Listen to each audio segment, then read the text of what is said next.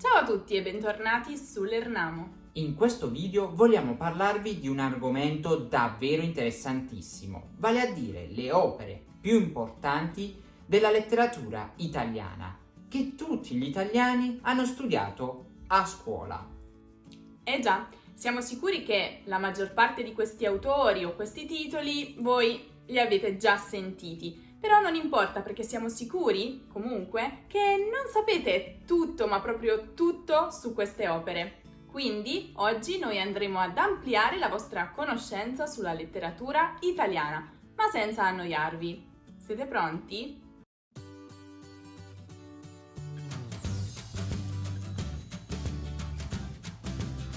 La prima opera di cui vogliamo parlarvi è Il piacere. Si tratta di un romanzo pubblicato per la prima volta nel 1889 e scritto da Gabriele D'Annunzio, che è stato uno scrittore, un poeta, un politico e un patriota italiano, che ebbe una grande influenza sulla cultura italiana, tanto da aver dato vita ad un fenomeno artistico e culturale chiamato proprio D'Annunzianesimo.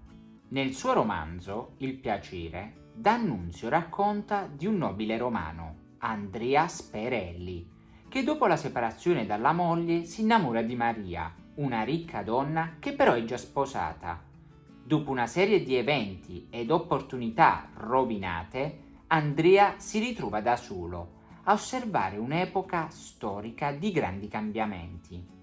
Il piacere è senza dubbio un'opera emblematica del decadentismo italiano e della produzione di D'Annunzio, che vi consigliamo vivamente di leggere. Tra l'altro è scritta talmente bene che sono sicura che alla fine della lettura vi ritroverete ricchi di nuove strutture e parole che renderanno il vostro italiano decisamente più colto e raffinato.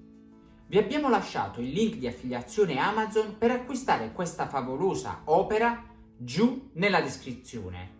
Dategli un'occhiata se vi interessa. Invece, la seconda opera di cui vogliamo parlarvi è La coscienza di Zeno.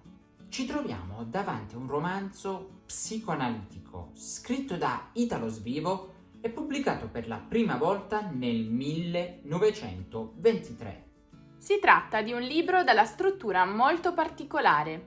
La prefazione, infatti, è scritta dallo psicanalista di Zeno Cosini, il protagonista del libro, che dice di voler pubblicare per vendetta il diario del suo paziente, Zeno appunto, che si è sottratto alla cura che gli era stata prescritta. I capitoli del libro sono costituiti proprio dalle pagine del diario di Zeno, commerciante di famiglia ricca.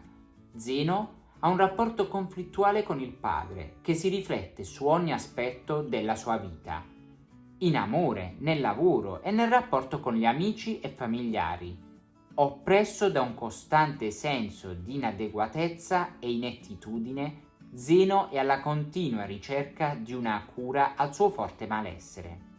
Non vi vogliamo rivelare troppi dettagli sulla trama per non rovinarvi il piacere di leggere questa bellissima opera di Svevo, ma possiamo consigliarvi di dare un'occhiata, se volete, a questo libro attraverso il link di affiliazione Amazon che trovate nella descrizione. Per continuare invece vogliamo parlarvi di probabilmente una delle mie opere preferite, Il Principe.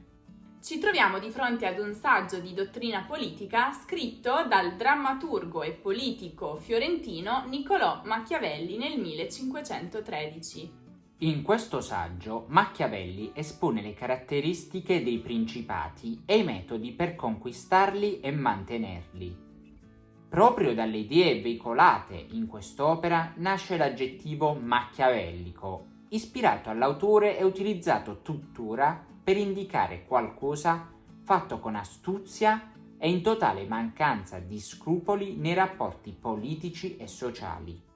Il Principe riassume il pensiero filosofico di Machiavelli, il quale è spesso sintetizzato nell'espressione «il fine giustifica i mezzi» o, in altre parole, ogni azione si può giustificare in virtù dell'obiettivo che si cerca di raggiungere. Ancora una volta il link di affiliazione Amazon per acquistare questo capolavoro di Machiavelli lo trovate giù nella descrizione.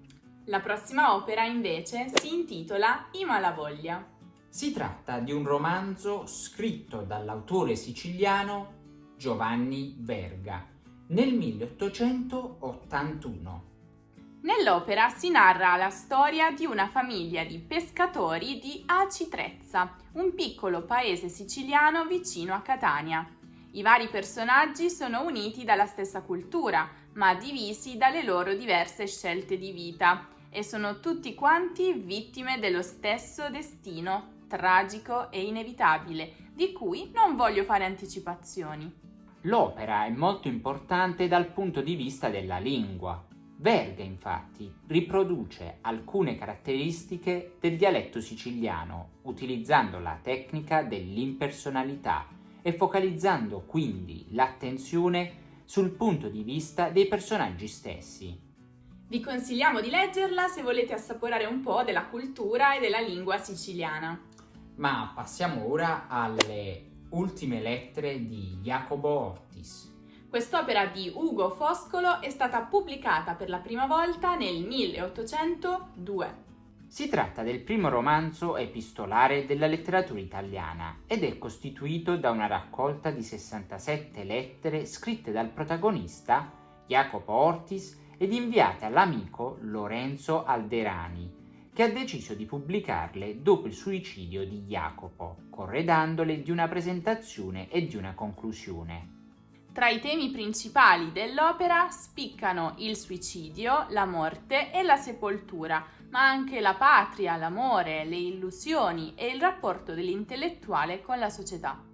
Un vero e proprio capolavoro della letteratura italiana che qualsiasi italiano o qualsiasi persona che studia l'italiano dovrebbe conoscere e leggere perlomeno una volta nella vita. Invece, la penultima opera di cui vogliamo parlarvi è L'Orlando Furioso.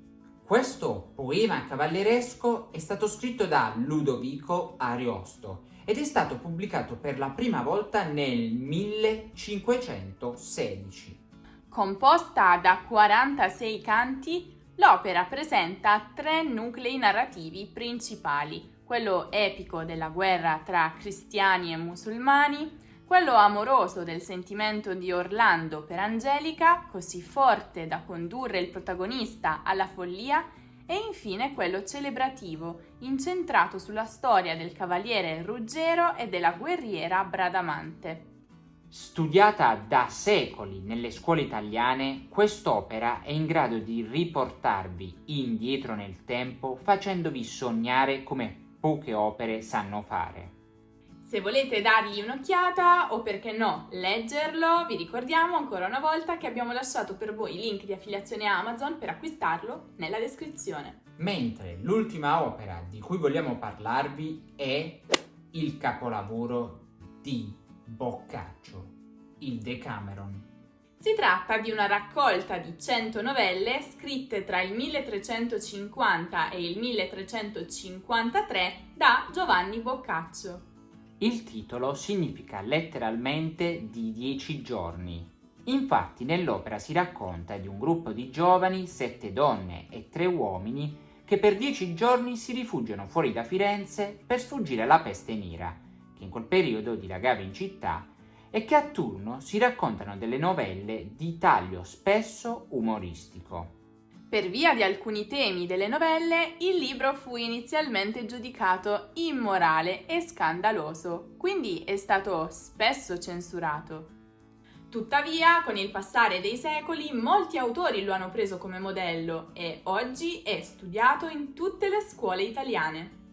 Ora scommetto che molti di voi si saranno accorti che mancano 2 capolavori, probabilmente i più famosi della letteratura italiana, non è vero?